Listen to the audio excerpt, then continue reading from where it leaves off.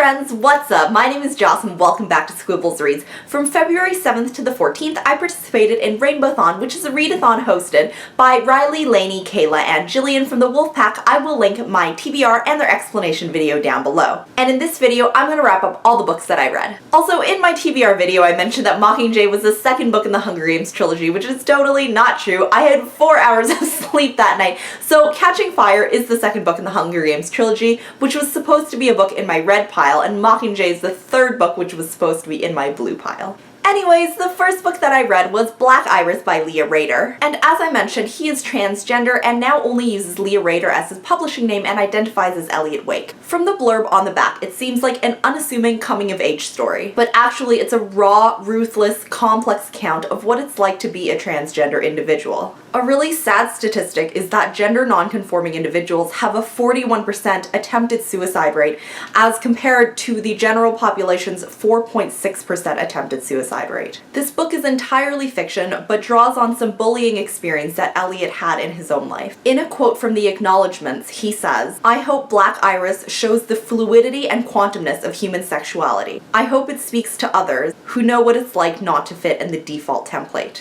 In Black Iris, there is a diverse cocktail of mental health challenges and diagnoses. To some, it may seem quote-unquote unrealistic, but these are the diagnoses that are so often stigmatized as quote-unquote uncurable or pariahs to society, namely borderline personality disorder, bipolar disorder, and antisocial personality disorder. It may be easy for someone who doesn't have these tendencies to write them off as extreme or unrealistic, but when we say stuff like that, we are denying and invalidating people of their real, true life experience. The main critique that I had of this book was that it was written in an alternating timeline. However, each individual timeline didn't move at the same pace, and each of them moved at an uneven pace, making it kind of difficult to put together until everything came together at the end. If you pick up this book, just know that you are in for an intense experience. But if you give Elliot a chance to tell his story, no matter how uncomfortable or unnerving it may be for you, you can really tell that his writing inspired a lot of freedom and expression in his own life. I gave it 4.5 out of 5 stars, but I think it could have easily been 5 stars had it not been for those timelines.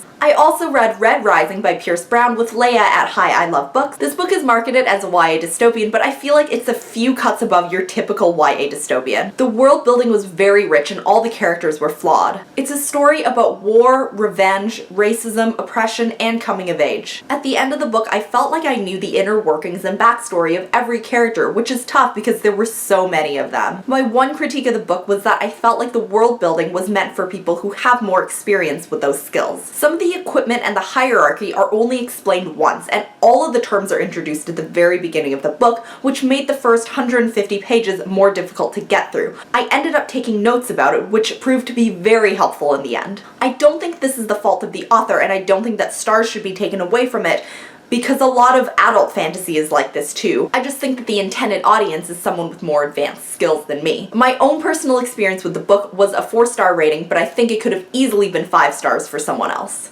And then next I read the second book, Siege and Storm, and the third book, Ruin and Rising in the Grisha trilogy by Leigh Bardugo. If you remember from my January wrap-up, I loved Shadow and Bone, the first book, and I gave it 5 stars. Sadly, Siege and Storm did let me down, and I ended up giving it 3 stars. It started out with a bang, but the middle 70% of it was very slow, and I found the pacing to be really disorganized. The book could have easily been shortened about 80 pages with the same amount of movement in the plot.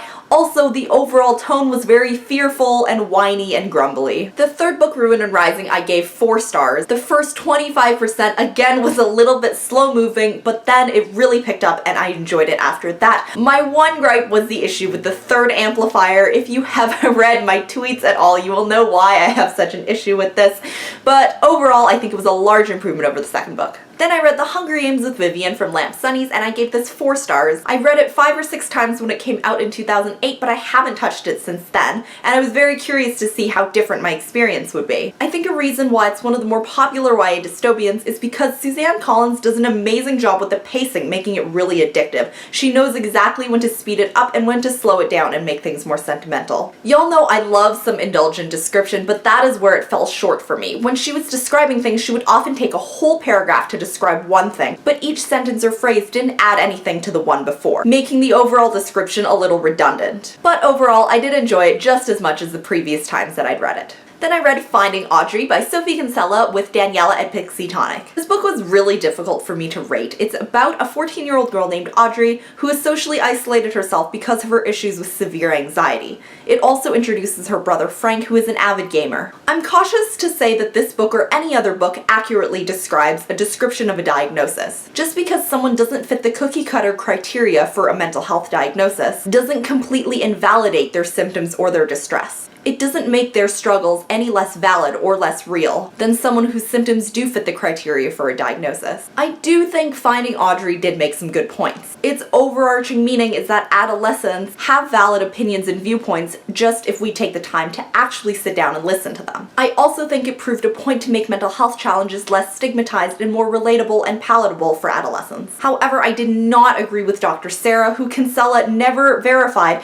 if she was a psychologist, psychiatrist, counselor. Her methods seemed less therapeutic and more forceful and interrogative, and didn't include any of Audrey's own input. Audrey's anxiety was triggered by one specific incident, but Kinsella never fully fleshed out what that incident actually was. As a character, Audrey is only defined by her anxiety, and we don't get to know her outside of her illness, making her very one-dimensional, and thus her self-identity was only made up of her symptoms, which I don't agree with. Furthermore, she is 14 and the language was highly simplified, therefore I would be hard-pressed to call it YA and would be more comfortable calling it middle-grade fiction. Finally, the rest of the characters in the book seemed more like caricatures as opposed to well-fleshed-out, complex human beings. As a result, I did give it 2 out of 5 stars. I thought that the premise was promising, but the execution had more to be desired. Finally, to parse all of the YA angsty business, I did read a book that was not on my TBR, and it was Big Little Lies by Liane Moriarty. It's about a murder in a kindergarten parent community surrounding 3 women, Jane, Celeste, and Madeline. I have read this before, but this time I did give it 4 stars. I mean, it's no like classic Leo Tolstoy, but I think it touches on some important issues such as domestic violence, bullying, and self-definition in a very charming,